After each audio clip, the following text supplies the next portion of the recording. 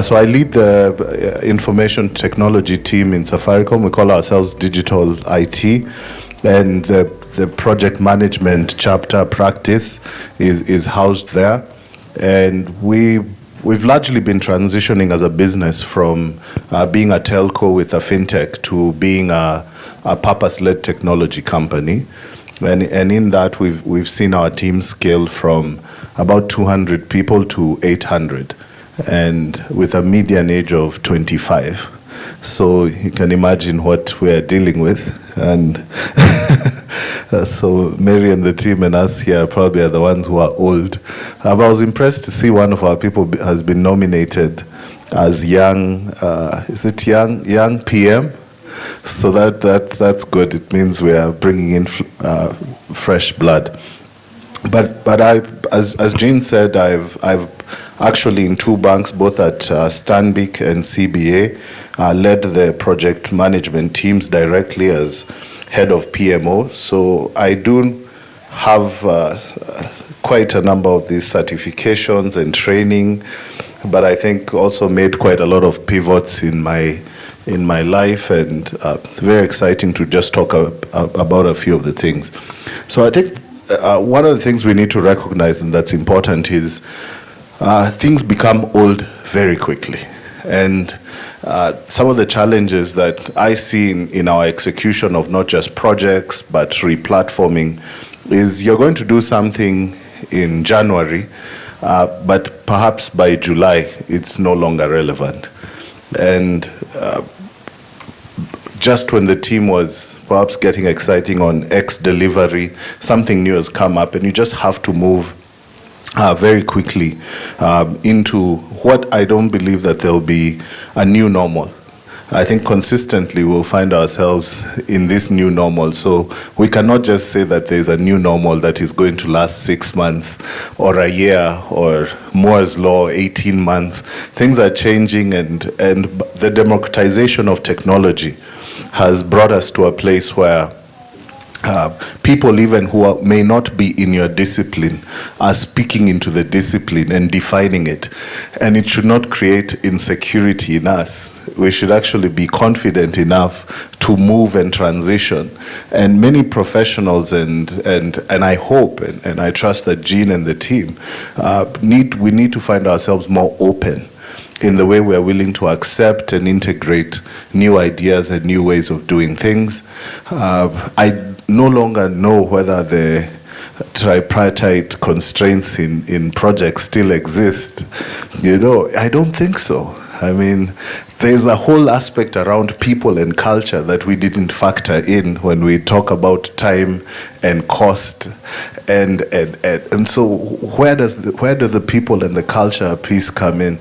When I was first delivering moved back to Kenya about 12 years ago, I joined CFC Stanbic at the point of the merger, and I was the program manager to bring in the systems together, and I had all my good project management trainings and disciplines. And I can tell you the number one thing that became a disaster was culture.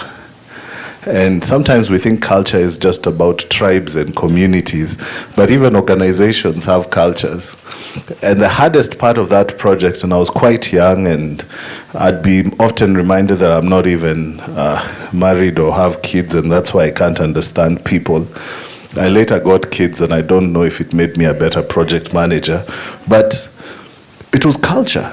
And these two banks were so similar, and they were both very successful before the merger, but they were a disaster, sorry to say, in terms of service post the merger.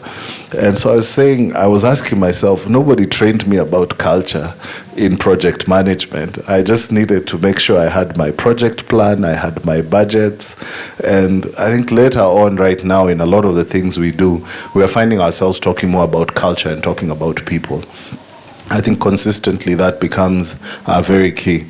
I think when we talk about, when I look at agility, thanks for it, our CEO said about a year and a half ago that Safaricom's going to transition to agile, and because of that, about 60% of my team don't directly work in IT. Mary is in financial services, spends more time with FS than she spends with myself.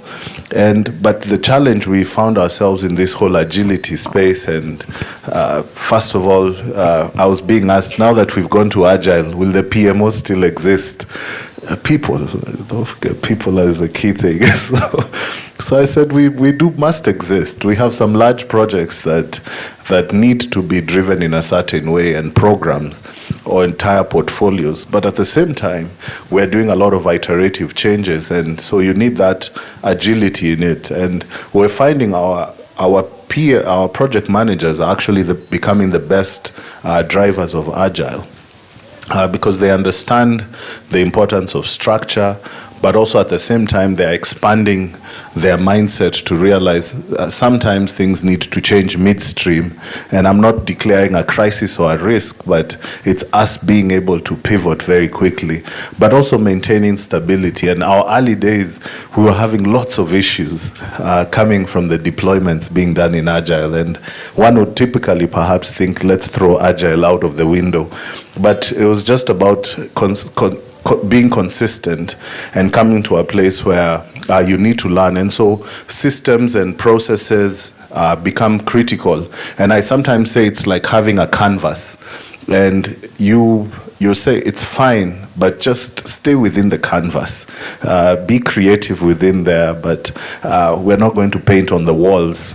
Let's just stay on the canvas. So how do we maintain flexibility and at the same time stability? Because we process about 70 million transactions on M-Pesa a day. And M-Pesa is also the platform that has the most changes, sometimes even 10 changes a night going in. Now, if any one of those changes causes an issue on M-Pesa, you're possibly looking that within 1 minute, we're having a crisis. Within 5 minutes, 10 minutes, we're talking with the governor of central bank, State House is calling, internal security. So you must be able at the same time to be agile and flexible.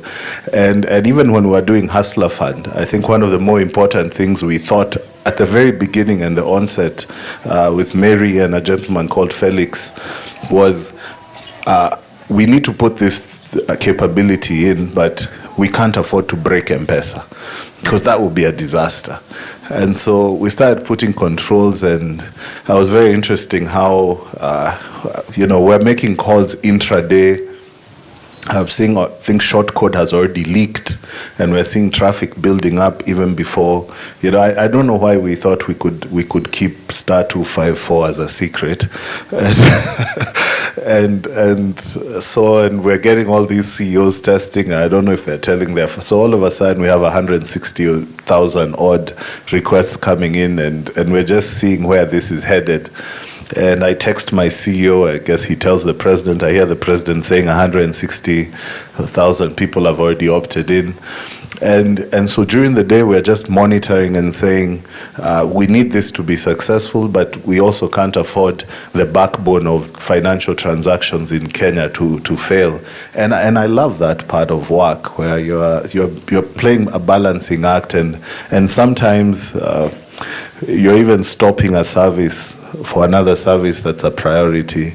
And quickly through Agile, that night, again, we worked the previous night, the whole night. That night, some key lessons we picked. And because of the short period of time, we couldn't put in the capacity. It takes us X time to order servers. Somebody asked me, George, why didn't you put this on cloud? Like, so much of our core infrastructure is needed to make this work. So we are leveraging on existing assets. We can't go on public cloud because of how much heavy lifting it would take for us to repurpose it. And so we said, you know what? No one has promised that you're getting a Hustler Fund instantly. So what we're going to do is we're going to tell you to give us 2 hours. We're going to queue these things. And during that period, we're just going to make sure that we're managing the traffic, protecting our core systems, and being able to also timiza the promise of the hustler. And quite excited that I think we have 11 million people who've already opted in within possibly less than 2 weeks. We've disbursed probably close to 7 billion. And, everything I would say that could go right went right. And I think there was no I would say big complaints that the delivery and the systems didn't work. So please give a clap to Mary, who's here today. Catch her during the break and ask her about how we went about it. I think I talked about people. People are very extremely important in this, and I know probably one of my biggest drawbacks in my early days was just thinking it's about the task that needs to be delivered. And I just wanted to make sure my project is on time, I have kept the scope, and I have not gone over budget. It's within a tolerance of 5 or 10%. And just all the little things going well, and the Gantt charts and everything looking green. And sometimes to achieve that, you leave a lot of bodies along the way. And and I think one of the biggest shifts I've had in my career, if I look in the last, I think 12 years being back in Kenya, is just a shift to becoming a people leader. I always say that our teams do not leave their people, their humanness and their feelings in the parking lot when they come to the office. They don't park them in the car and then come in and they're robots. And I'm also a developer. It's very easy to do deal systems. Our first code that we were writing is hello world, and you tell the machine to do it and hello world comes. And if I even ask you to say hello, some of you will be quiet. That's people. But if I told all the computers here to do it, they would all do it without debate. But why we exist, and I think project management is not just about management because we manage things, but it's also about leadership. And why we exist primarily is it's about people. If everything you could input it into some code and have it come out, there would be no need for us. But people are able to make decisions. To distinguish, do I do this, do I not do this? There are times I would just be like, okay, why didn't you do this? But somebody's probably going through something that is extremely difficult. They have a sick parent or a sick child, or they themselves are going through a turmoil in their marriage or a part of their family. But you're just thinking about the deliverable, and people are a resource, an input. But that input is quite complex, and one of the most important things we need to pay attention about is how do we handle the people, the humanness, even in our practice of project management and delivering things. And sometimes you need to perhaps over-index to help a team member, but the loyalty you get and the commitment you get from them is inevitably going to be something that you carry beyond. I'm very happy over the years in the places I've worked to meet so many of my colleagues, and the thing they remember most is not the big projects we did, but how we connected as human beings. Because new projects, new challenges will always come, but we should always find a way that we are impacting people and humanity in a positive way. So I think my encouragement to all of you is, make sure that you're not leaving bodies along the way as you deliver, because at the end of the day, when you'll need somebody to come through for you or you're reflecting on your life, it won't be the big projects that you did, but how did you positively impact people? And then last, I'll talk a bit about productivity. And I think it's so many times we may wake up and just do things as routinely as they're supposed to be done, and I need to tick all these boxes. But I've been talking a lot lately about productivity, and what are you doing? Does it add value? And you're not boxed. One of the things I like about the young team that I lead is, sometimes you're like, recently, and those of you who use TIBCO, we use TIBCO as our integration middleware, and you can imagine how much TIBCO processes and what it has meant to Safaricom for probably over 10 years. But then the guys were like, the way TIBCO does things, why don't we get out of TIBCO? And it's something I challenge the team to relook, that if we're going to transition, what are some of the platforms that we can't carry with us? And of course you have people who say, no, we have to have TIBCO. There's no other way. But, sometimes we need to accept that, to challenge our own biases and beliefs, and some of them may be not just platforms, but processes. And I'm hoping, because Kenya has its own uniqueness, and I think a challenge to the chapter is, when we've gone into open source, we said we're not just going to be net consumers of open source technologies. We need to contribute. And so in the uniquenesses that we have as Kenyans and Africans, will this PMI, your chapter, will PMI Kenya be able to contribute to changes even in the way projects are done based on our uniqueness as Kenyans and Africans? That we're not just taking things from the West and putting them in, I don't know if it's West or East or where, but when are we going to begin producing practices, producing disciplines and ways of doing things that our young people are not referencing, people who sometimes their names are difficult to pronounce, but they're able to talk about Wanjiko and Owino and Akinyi and Mutua, who wrote this, and this is the way that we're going to do it. So I think let us not just be net consumers of what comes from outside. I'm very challenged when I look at India, where Bangalore is, that province, they export about $52 billion of software a year. We are 99% of our software is imported. So what are we doing to actually build Kenya, build Africa? And some of these things you'll be very surprised that when you find yourselves doing things for yourselves, how relevant you are, how inspiring it is, because the challenge I've given my team is that we're not just people who are there to do support and monitoring. We exist to build and to create. And not only is it going to create jobs for people, not only is it going to help grow our economy, but more importantly, it's going to inspire people to want to be like people who look like them. It's going to tell them that you can come from a village, go to a village school. So I'm very proud, I say I went to public school, and be able to make something and that you cannot just contribute to your society, but also contribute to the world.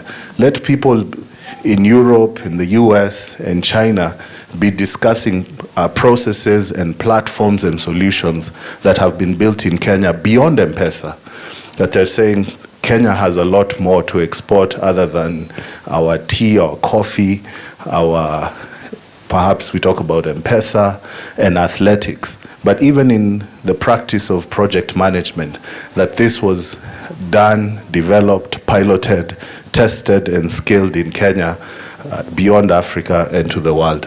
Thank you so much, Jean and team.